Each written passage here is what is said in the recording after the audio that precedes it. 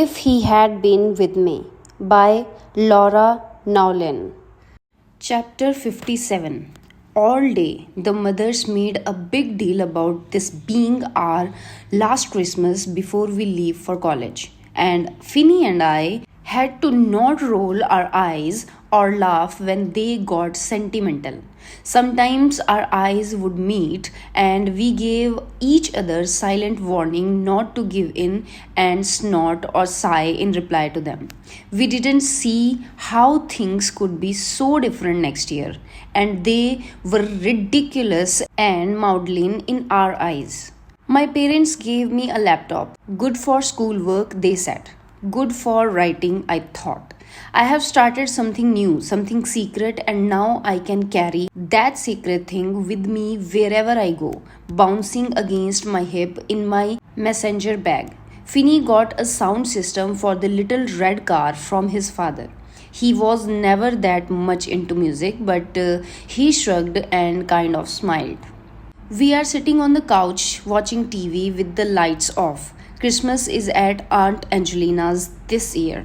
The pine tree by the window sometimes blinks randomly in one section or another, but never all at once or to any rhythm. Finny had tried to find the problem and fix it, but then Aunt Angelina decided she liked it. Because of the tree, the light in the room dances across the ceiling and makes the windows darken and flash again.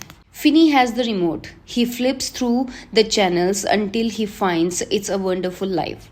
He sets the remote down on the coffee table, leans back against the cushions, and stretches his long legs out in front of him.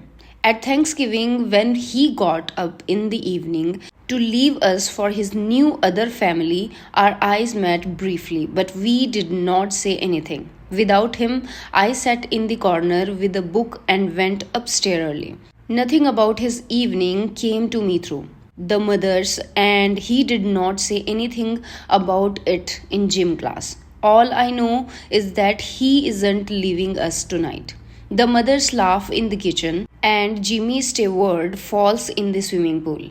We both smile, and the movie fades into a commercial break. I stand up. Do you want a Coke? I say. Sure, he says.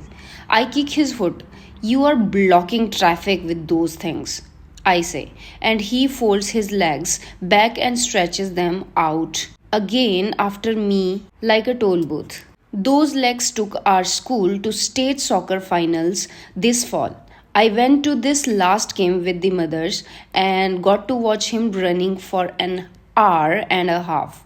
The muscles in his legs, the way he lifted his shirt to wipe the sweat from his face, the concentration in his eyes as he ran, it made my chest constrict.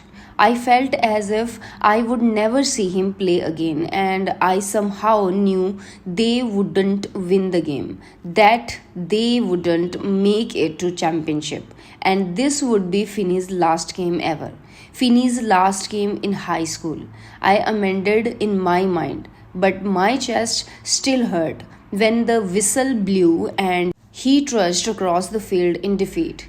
In the kitchen, my mother is checking on the lamp, and Aunt Angelina is pouring a glass of wine. 20 more minutes, Mom says. I am just here for Coke, I say. Aunt Angelina reaches on top of the fridge and gets them down for me. I take a warm can in each hand. Finny and I like to drink our sodas out of unrefrigerated cans. Sometimes around third grade, we got the idea that there was something wild and rebellious about drinking soda straight from the can, and for years we refused to drink it any other way. It's a habit now. Jamie thinks it's odd, probably because I have never given him an explanation, not that the real one would help. He still offered the opinion whenever it comes up that my friendship with Finny is weird. Throw it, Finny says when I come back. He holds out his hands. Do you have a death wish or something? I say. I cross the room and place the can in his hand. Nah, even if you hit my head, you couldn't throw it hard enough to do any real damage. I sit down on my side of the couch and open my can. He's probably right. I am taking my first sip when he speaks and he's too quiet for me to hear. What was that? Finny clears his throat. I'm going to miss gym class with you. He says, You mean you're going to miss laughing at me in gym class? No, I mean, I'm going to miss hanging out with you. A lump forms in my throat. I shrug, smile, and try to speak around it. We see each other all the time. We have dinner with the mothers like twice a week. I know, Finny says. He looks down at his can. But I don't know, we should hang out sometime when we don't have to.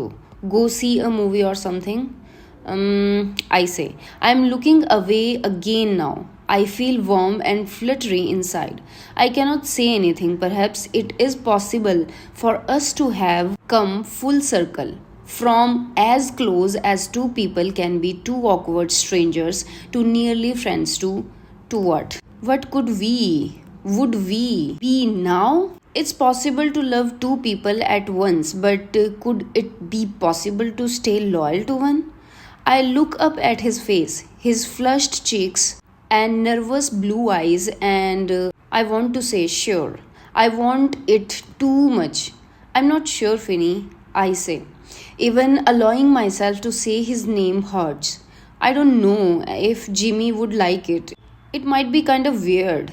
But I thought Jimmy and Sasha hung out all the time. Yeah, they do, I say. But they're friends. I flinch and I can't speak anymore. I stare straight ahead and try to breathe without trembling. I see, Finny says. I hear my mother's cell phone ring in the kitchen. I take a deep breath and stand up. It's probably almost time for dinner, I say.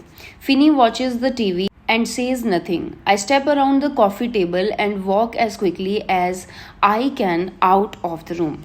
In the bathroom, I sit on the edge of the tub and press the heels of my hands into my eyes until I see strange shapes in the darkness. My fingers trembles in my hair. Don't cry, don't cry, don't cry, don't, I whisper. Finny, Autumn, Aunt Angelina calls. Finny and I meet in the hall and say nothing. We walk into the dining room together and stop at the threshold. An hour ago, Finny and I sat in the table for 5. Aunt Angelina is taking off the china and silverware from one seat. She carries them into the kitchen. My mother sets the rack of lamp on the table and sits down with her hand in her lap. Mom? I ask. Where's Dad go? I don't know, honey, she says. But he just called to say he won't be coming back tonight. Oh, I say. Aunt Angelina comes back into the room and puts her hand on my mother's shoulder. Come on and sit down, kids, she says. Her voice and face plead with us. Finny takes a step forward, but I don't. He turns and looks at me. Our eyes meet. He reaches out and lays his hand on my arm. Come on, Autumn, he says. He squeezes gently and kind of smiles. Okay, I say. Aunt Angelina and Finny talk for us while we eat. Afterward, the mothers close themselves in the kitchen and Finny and I watch TV until midnight. We don't say anything else to each other.